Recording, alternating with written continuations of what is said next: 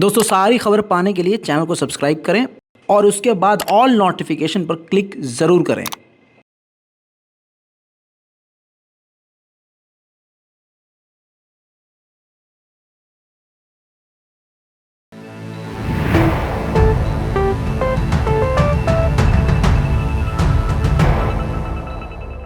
Netanyahu को धमकी देने का दम ईरान के अलावा किसी में नहीं है। तो शुरुआत में ही बता दिया मैंने आपको कि नेतन्याहू को धमकी ईरान ने दी है, लेकिन ऐसा नहीं है कि ईरान को कुत्ते ने काट लिया और ईरान ज़बरदस्ती इजराइल को काटने पर लग गया हो। नहीं, नेतन्याहू जब जीत कर वापस सरकार बनाकर अपने देश में फिर से हीरो बनकर खड़े हुए हैं, सत्ता उनके हाथ में आई है, तो उन्होंने फिर से ईरान को तोड़ने की साजिश रची है। ईरान में जो कुछ भी हो रहा है यह आपको मालूम है कि अमेरिका और इजराइल और पूरे यूरोप की बड़ी साजिश है, और इन साजिशों में सबसे बड़ा हाथ दो देशों का है, अमेरिका और इजराइल। और धीरे धीरे सबका चेहरा खुलकर सामने आ गया है। अब नेतन्याहू ने अभी चंद रोज पहले ट्वीट किया था कि नेतन्याहू यानी मैं ईरान के आज़ाद होने के बाद ईरान की गलियों में जाऊंगा। ईरान मुल्ला फ्री जब हो जाएगा, हाँ, ईरान जब मुल्ला फ्री हो जाएगा यानी मुसलमानों से फ्री हो जाएगा तो मैं वहां पहुंचूंगा। इसके बाद अब धमकी आई है ईरान के IRGC कमांडर की।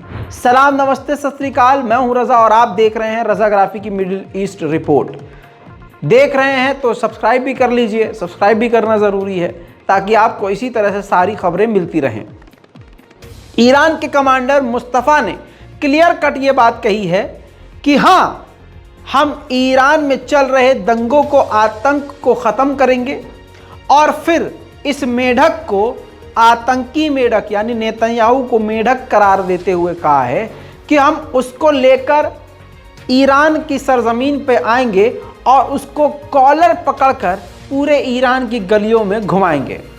यानी एक्सपर्ट का अब ये कहना है कि इजराइल के नेतन्याहू को किडनैप करने की ये धमकी ईरान के कमांडर ने दी है, जिस धमकी के बाद सांस रुक गई है अमेरिका और इजराइल की।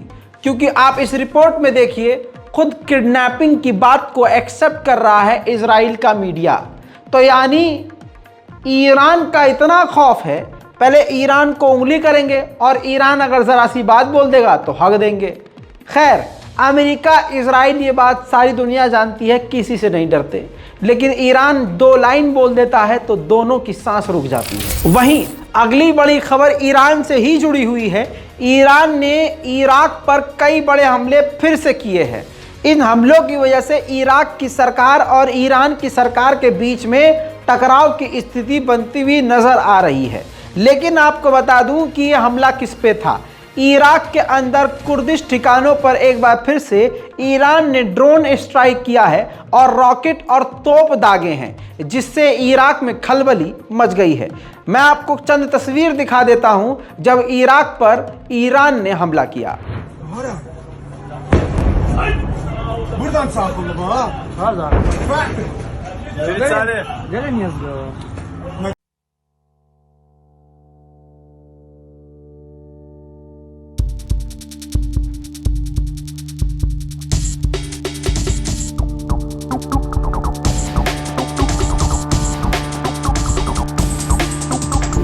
आपने देखा ऐसा हमला खतरनाक इराक पे किया, भले ही किसी आतंकी संगठन पर किया, लेकिन दूसरे देश पर उसकी इजाजत के बिना किया। इस पर भड़क गया है इराक और ईरान को खरी खोटी सुनाई है। लेकिन इस जवाब में ईरान ने साफ कह दिया है कि वो अपने नेशनल सिक्योरिटी से कोई भी कॉम्प्रोमाइज नहीं करेंगे। वो इसी तरह से हमले कर रहे हैं और करते रहेंगे। अब एक कदम आगे बढ़े, बात कुर्दिश की आ गई है, तो तुर्की ने भी कुर्दिश के ऊपर जबरदस्त हमले किए हैं। लगातार वो हमले चल रहे हैं और कल ही मैंने बता दिया था कि तुर्की ने कहा है कि हम जमीनी कार्रवाई भी सीरिया के अंदर और इराक के अंदर करेंगे। वहीं सीरिया के अंदर ही 184 कुर्दिश लड़ाकों को तुर्की ने कत्ल कर दिया है और वहीं 1400 कुर्दिश को इराक में 1400 को कत्ल किया है तुर्की ने। और उसके बाद रजब तैयब एर्दोगान ने कहा है कि हमारी ज़मीनी कार्रवाई जल्द शुरू हो जाएगी। इसके बाद रूस ने तुर्की को ज्ञान दिया है। रूस ने तुर्की से सीधा कहा है कि आप जो सीरिया और इराक पर हमले कर रहे हैं, इससे टेंशन बढ़ रहे हैं और स्टेबिलिटी जो है ख़त्म हो रही है, माहौल को थोड़ा कंट्रोल कीजिए। यही बात ठीक अमेरिका ने भी कह दी है कि सीरिया में और इराक में तुर्की के और ईरान के हमलों से इलाके की स्टेबिलिटी ख़तरे में पड़ रही है। अब एक खबर आई कि तुर्की ने सीरिया में जिस इलाके में अटैक किया, ठीक उससे कुछ ही दूरी पर अमेरिकी सेना मौजूद थी। इससे अमेरिका की बेइज्जती सी होने लगी कि अरे बताओ, उसके पास तो मार दिया तो अमेरिका को भी मार सकता है तुर्की। ऐसे में अमेरिका ने बयान जारी किया, बल्कि जारी करना पड़ा कि हमारे इलाके पर हमारे बेहद करीब तुर्की ने तो हमला किया, लेकिन उससे हमें ख़तरा नहीं है, नहीं होगा। वहीं ग्रीस और तुर्की के बीच में भी टकराव की स्थिति बनी रहती है।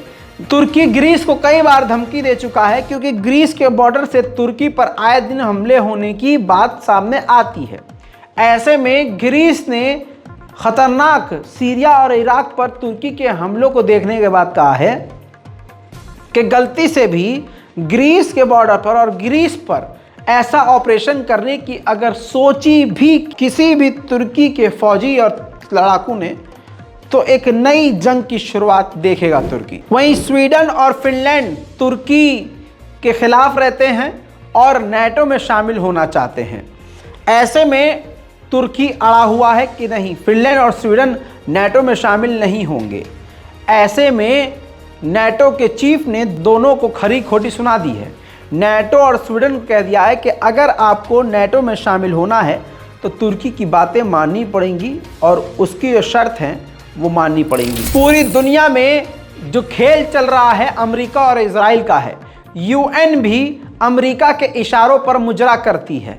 अब उसी यूएन ने कह दिया है कि ईरान ने जो अपनी जनता और अपने लोगों को मारा है, हम उसकी जांच पड़ताल करेंगे। और आप जानते हैं यूएन किसके इशारे पर क्या रिपोर्ट देगा। उधर ईरान की बात करें तो ईरान को बड़ी कामयाबी कुछ इस तरह मिली कि ईरान ने 40 और विदेशी नागरिकों को गिरफ्तार किया जो ईरान में दंगे और उस प्रदर्शन को भड़का रहे थे। वहीं दोस्तों, इन सबके बीच में ईरान के साथ चाइना ने हाथ मिला लिया है, जिससे कई देशों के दिल में और कई अलग अलग जगह पर आग लग सकती है। $3 बिलियन चाइना इन्वेस्ट करेगा ईरान के एयरपोर्ट्स के टर्मिनल पर, और इसी तरह के बड़े बड़े प्रोजेक्ट्स में चीन इन्वेस्ट करने के लिए तेहरान के साथ तैयार है। पूरी दुनिया की नज़र फीफा वर्ल्ड कप पर है। ऐसे में एक अलग मुद्दा ये है, जो यूरोप के देश हैं उनके आग इसलिए लगी है कि मुस्लिम देश में कैसे फीफा वर्ल्ड कप हो रहा है। ऐसे में जो बीबीसी है वो इस सेरेमनी में, ओपनिंग सेरेमनी में नहीं गया।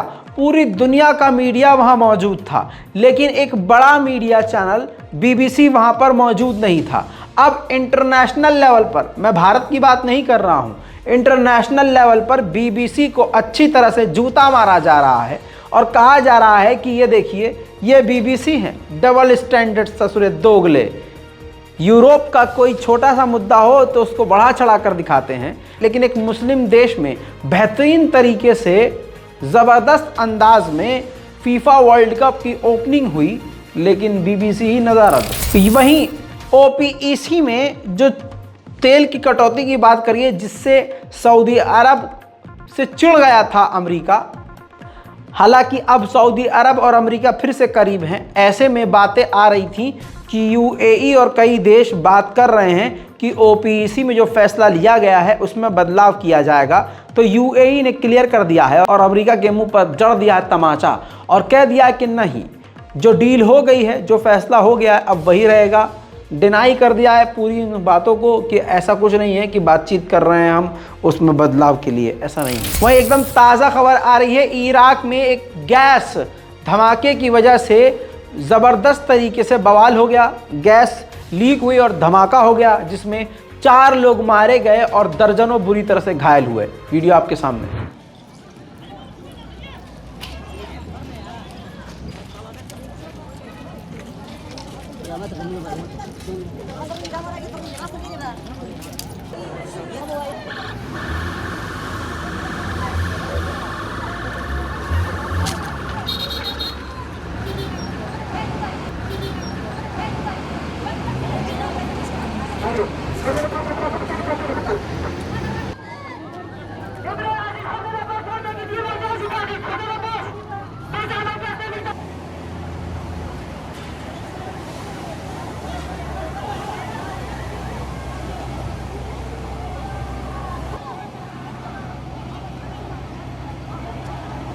तो दोस्तों ये थी मिडिल ईस्ट की कुछ बड़ी खबरें। इन रिपोर्ट्स पर अपनी राय कमेंट में जरूर लिखिए। जय हिंद।